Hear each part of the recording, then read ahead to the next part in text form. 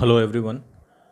Permutation and combination में हमने restricted permutation तक अपना कंप्लीट कर लिया था। आज का हमारा टॉपिक है permutation with repetition and circular permutation. ठीक है, तो सबसे पहले देखते हैं परम्यूटेशन विथ रिपीटेशन। तो अभी तक जितना भी परम्यूटेशन हमने किया वो सारे के सारे कैसे थे? Without repetition. ठीक है, विदाउट रिपीटेशन। तो विथ रिपीटेशन में क्या अलग हो जाएगा? ठीक है, तो चलिए इसको समझते हैं, डिफरेंस देखते हैं। ठीक है, देखो सपोज आपके पास में तीन ऑब्जेक्ट दिए गए हैं ए बी सी। ठीक है, मैंने कहा आप किसी दो को लेके अरेंज करो। ठीक है, किसी दो को लेके अरेंज करो। एक केस होगा आपका विदाउट रिपीटेशन जो हम पहले करते थे। ठीक है, विदाउट रिपीटेशन, और दूसरा होगा आपका विथ रिपीटेशन। ठीक है, विथ रिपीटेशन मतलब क्या हुआ इन दोनों का? ठीक है, वो देखेंगे हम। तो देखिए सबसे पहले हम लोग ए बी सी में से किसी दो को लेके अरेंज करेंगे विदाउट रिपीटेशन जो हम पहले करते थे। ठीक है ना, तो क्या क्या हो सकता है? ए बी, बी ए लिख सकते हैं, फिर इसको ए सी, सी ए लिख सकते हैं, बी सी, सी बी लिख सकते हैं। तो मेरा टोटल अरेंजमेंट कितना हो गया? Six veg, 1 2 3 4 5 6। ठीक है, अच्छा अब इसी चीज़ को अगर विथ रिपीटेशन करेंगे तो कैसे करेंगे? तो देखिए जितने विदाउट रिपीटेशन थे ये सारे के सारे आपके विथ रिपीटेशन में तो आएंगे ही आएंगे। ठीक है ना, जैसे A B, B A C, C A, B C, C B, ये सारे अरेंजमेंट इसमें भी रहेंगे विथ रिपीटेशन में। एक्स्ट्रा क्या होगा इसमें? देखिए अगर आपने ए को लिया तो ए वापस से एक बार आ सकता है। ठीक है ना, मतलब वो रिपीट हो सकता है। क्लियर है बात? तो ये हो गया आपका रिपीटेशन का केस। ठीक है, इसी तरह बी भी आप दोनों प्लेस पे आ सकता है और सी भी दोनों प्लेस पे आ सकता है। ठीक है, तो देखिए टोटल नंबर ऑफ वेज कितने हो गए इसके? 1 2 3 4 5 6 7 8 9 वेज। ठीक है, तो रिपीटेशन का मतलब समझ आया कि कोई भी ऑब्जेक्ट आप रिपीट कर सकते हो, उस अरेंजमेंट में रिपीट हो सकता है, मतलब एक से ज़्यादा बार आ सकता है, ऑकर कर सकता है। जबकि ये सारे अरेंजमेंट में आप देखो एक अरेंजमेंट में एक ऑब्जेक्ट एक ही बार आया हुआ है। क्लियर है बात? ठीक है, चलिए ठीक है। तो अब हम देखेंगे कि इसके लिए अब ऐसा तो नहीं है कि हर एक क्वेश्चन में हम इस तरह से लिख लिख के करेंगे, है ना। तो इसके लिए भी एक प्रिस्क्राइब फॉर्मूला होगा आपके पास में जिससे कि हम बड़े अरेंजमेंट भी कर सकते हैं आसानी से। ठीक है, तो चलिए देखते हैं कि क्या इसका थ्योरम है, क्या फॉर्मूला है। तो देखिए तो देखिए क्या है theorem? Permutation of n different things taken are at a time in which repetition is allowed. ठीक है, repetition is allowed is given by ठीक है, कैसे देंगे? n to the power r। ठीक है, n to the power r। और इसको ध्यान में रखिएगा याद करने के लिए कि n क्या होगा? आपका ऑब्जेक्ट, जो गिवन ऑब्जेक्ट है वो, और जितने प्लेस पे आपको उसको अरेंज करना है वो होगा आपका स्पेस, मतलब जितने को लेके आपको अरेंज करना है। ठीक है, तो ये हो गया object to the power space. अच्छा, एक और इम्पॉर्टेंट चीज़, यहाँ पे मैंने कुछ भी नहीं कहा आपको कि n आपका ग्रेटर देन r होगा या इक्वल टू r होगा। ठीक है, तो यहाँ पे n आपका ग्रेटर देन r भी हो सकता है, n इक्वल टू r भी हो सकता है, और n लेस देन r भी हो सकता है। मतलब कोई अरेंजमेंट आपका ऐसा भी बन सकता है, अगर 3 टू द पावर 2 होता है तो कोई अरेंजमेंट ऐसा भी हो सकता है कि 2 टू द पावर 3 हो जाए। ठीक है, तो ये इसमें हम लोग कंफ्यूज नहीं होंगे कि आपका n r से कम कैसे आ जा रहा है। ठीक है, इसमें कंफ्यूज नहीं होना है। क्लियर है बात? यहाँ ये तीनों केस हो सकता है, n ग्रेटर भी हो सकता है r से, इक्वल भी हो सकता है और लेस भी हो सकता है। क्लियर है बात? तो चलिए एक एग्जाम्पल देखते हैं। अच्छा, एग्जाम्पल देखते हैं कि जो आपने ए बी सी लिया था, ठीक है, इसमें से किसी दो को लेके आपको अरेंज करना था। ठीक है ना, किसी दो को लेके, मतलब n हो गया आपका 3 और r हो गया 2। ठीक है, और ये क्या केस है? Repetition allowed. ठीक है, रिपीटेशन अलाउड है यहाँ पे। तो कैसे करेंगे इसे? देखिए रिक्वायर्ड परम्यूटेशन हो जाएगा आपका n to the power r, that is 3 to the power 2, ठीक है, कितना आएगा वैल्यू, 3 इंटू 3 9, ठीक है, तो 9 वेज। क्लियर है बात। इससे पहले भी जब आपने देखा था, जब हमने अरेंज किया था पूरा, तो आपका कितना आया था, 9 वेज आए थे इसमें, ठीक है ना। तो इस तरह से हम रिपीटेशन अलाउड के क्वेश्चन करेंगे, ठीक है। तो चलिए आते हैं क्या और एग्जाम्पल पे। तो देखिए क्या है एग्जाम्पल आपका, how many different password of 3 digits can be formed from the digit 1 2 3 4 when. तो दो कंडीशन इसमें दिया गया है आपका, एक पहला है रिपीटेशन इज अलाउड और दूसरा है where repetition is not allowed, where repetition is not allowed, ठीक है। तो repetition is allowed and repetition is not allowed के केसेस हमें देखने हैं इससे, ठीक है। तो क्वेश्चन क्या है, देखिए क्वेश्चन बोला आपके पास में गिवन ऑब्जेक्ट है 1 2 3 4, ठीक है। आपको मतलब n हो गया यहाँ पे 4, आपको 3 डिजिट के एक पासवर्ड बनाना है, 3 डिजिट का एक पासवर्ड बनाना है। तो स्पेस हो गए आपके 3, ठीक है, आर हो गया आपका 3, 3 डिजिट का एक पासवर्ड आपको क्रिएट करना है। तो कितने ऐसे पासवर्ड आप क्रिएट कर पाओगे इससे, ठीक है ना। तो देखो सिंपल सा बात है, रिपीटेशन अलाउड है अगर आपका, तो रिपीटेशन अलाउड के केसेस में क्या होता है, n to the power r, ठीक है, object to the power space, object हो गया आपका 4, स्पेस हो गया आपका 3, तो कितना हो जाएगा 4 4 जा 16 इंटू 4 64, तो 64 वेज हो गए आपके रिपीटेशन अलाउड के केस में, ठीक है। और सेकंड इसका है where repetition is not allowed, ठीक है, where repetition is not allowed. तो नॉट अलाउड के केस में क्या होगा, नॉर्मल परम्यूटेशन होगा कि आपके पास में n4 है, उसमें से किसी 3 को लेके अरेंज करना है। तो क्या हो जाएगा आपका 4p3 that is 4 factorial by 4 minus 3 1 factorial which is equal to 4 factorial and 4 into 3 into 2 into 1 that is 4 3 12 into 2 24 ways. Clear है बात, 24 वेज। तो देख रहे हो आप डिफरेंस कि रिपीटेशन अलाउड और ये रिपीटेशन नॉट अलाउड में, ठीक है। अगर रिपीटेशन अलाउड दे दिया जाए सेम क्वेश्चन में तो 64 वेज बनते हैं, और अगर नॉट अलाउड दिया जाए तो आपके 24 वेज बनेंगे, ठीक है। अच्छा एक और एग्जाम्पल करते हैं, इसी क्वेश्चन को थोड़ा फ्लिप करते हैं, ठीक है, थोड़ा फ्लिप करते हैं। देखिए क्या है क्वेश्चन, तो देखिए क्वेश्चन है how many different password of 4 digit, ठीक है, 4 digit can be formed from the digit 1 2 3, ठीक है। इसमें सिर्फ 3 ऑब्जेक्ट दिए गए हैं 1 2 3 where repetition is allowed and repetition is not allowed, ठीक है। इससे पहले क्या था, आपको ऑब्जेक्ट थे 1 2 3 4, 3 डिजिट का एक पासवर्ड बनाना था। अभी क्या है, आपके पास ऑब्जेक्ट है 1 2 3 और आपको 4 डिजिट का पासवर्ड बनाना है। क्लियर है बात। तो देखिए क्या होगा यहाँ पे, ये तो हो गए आपके n इज इक्वल टू 3 और यहाँ स्पेस हो गया r is equal to 1 2 3 4। Clear है बात। तो देखिए इस केस में n तो आपका ग्रेटर है r से, है ना, तो हम लोग क्या कर सकते हैं इसमें, देखिए सेम जो आपका फॉर्मूला है वही, object to the power space, ठीक है। तो ऑब्जेक्ट कितना है 3, तो 3 टू द पावर स्पेस कितना है 4, ठीक है ना। तो क्या करेंगे इसको, 3 टू द पावर 4 को सॉल्व करेंगे, ठीक है।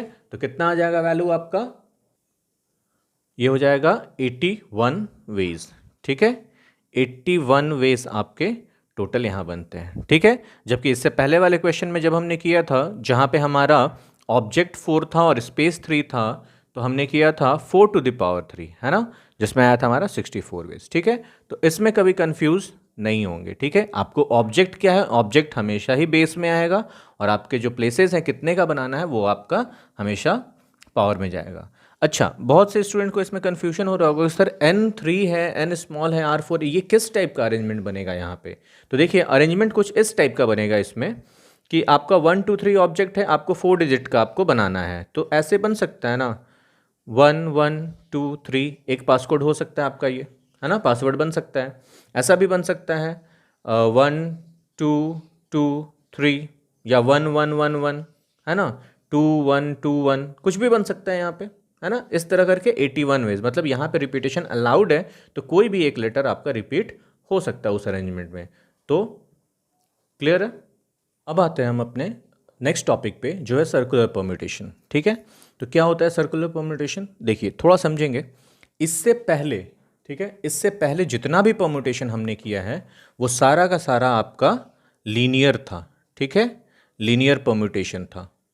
लीनियर परम्यूटेशन का मतलब क्या होता है कि आपका अरेंजमेंट एक लाइन में हो रहा है। ठीक है, आपका अरेंजमेंट एक लाइन में हो रहा है, जबकि सर्कुलर परम्यूटेशन में आपका अरेंजमेंट एक सर्कल में होगा।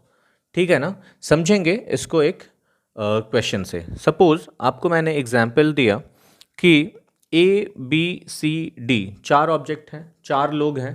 ठीक है, इनको लीनियर, इनके पास में स्पेस है 1 2 3 4। ठीक है, अब इनको इस चार प्लेस पे इनको अरेंज करना है, तो कैसे अरेंज करोगे? ठीक है, तो हमें पता है कि 4p4 कर देंगे, 4 फैक्टोरियल होगा, हमारा आंसर निकल जाएगा। ठीक है, 24 वेज। देखो रीज़न क्या है इसमें, समझेंगे थोड़ा। ठीक है, सपोज अगर फर्स्ट यहाँ पे जो ऑब्जेक्ट है, फर्स्ट जो यहाँ पे ऑब्जेक्ट है, अगर ये आता है प्लेस पे, ठीक है, इसको अगर हम फर्स्ट प्लेस पे रखते हैं तो इसके लिए एक अरेंजमेंट बनता है कि लेफ्ट हैंड साइड में तीन प्लेसेस अभी भी वेकेंट हैं। क्लियर है, अभी भी खाली प्लेसेस हैं। ठीक है ना, लेकिन अगर ये आके सेकंड प्लेस पे बैठता है तो इसके लिए ये एक दूसरा अरेंजमेंट बन जाता है ना। क्या अरेंजमेंट बनता है कि इसके राइट में एक खाली है और लेफ्ट में दो खाली है, सॉरी लेफ्ट में एक खाली है और राइट में दो खाली है। ठीक है, ऐसा भी हो सकता है कि ए थर्ड प्लेस पे बैठे, तो इसके लिए क्या हो जाएगा कि इसका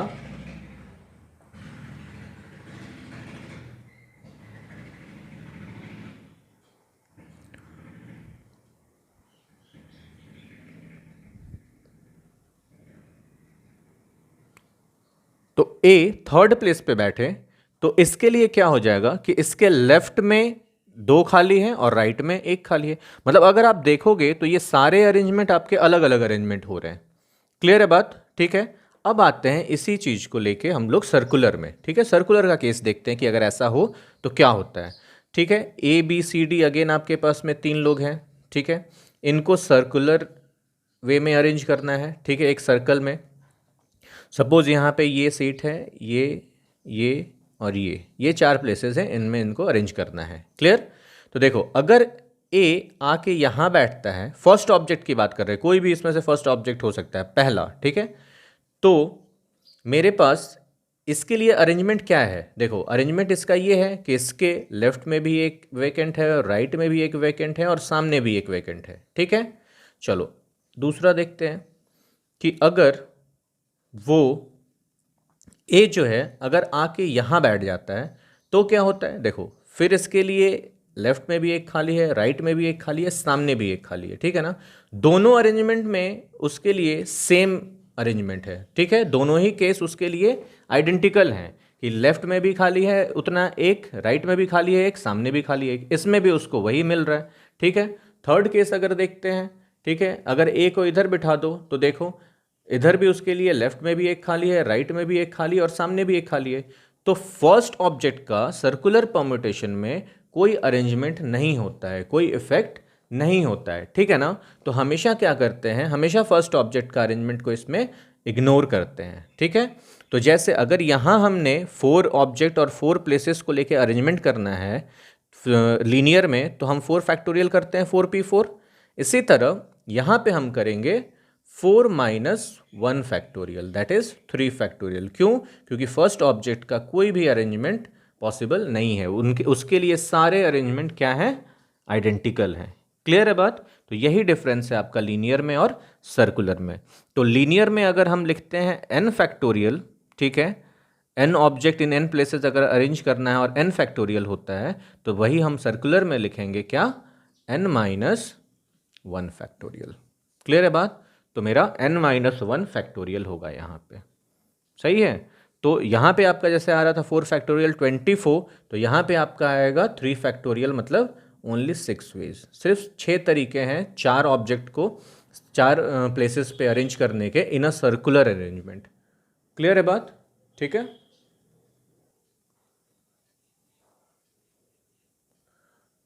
तो चलिए एक एग्जाम्पल देखते हैं इसके ऊपर। ठीक है, तो देखिए ये है एग्जाम्पल आपका, in how many ways 5 person be seated in a circular table.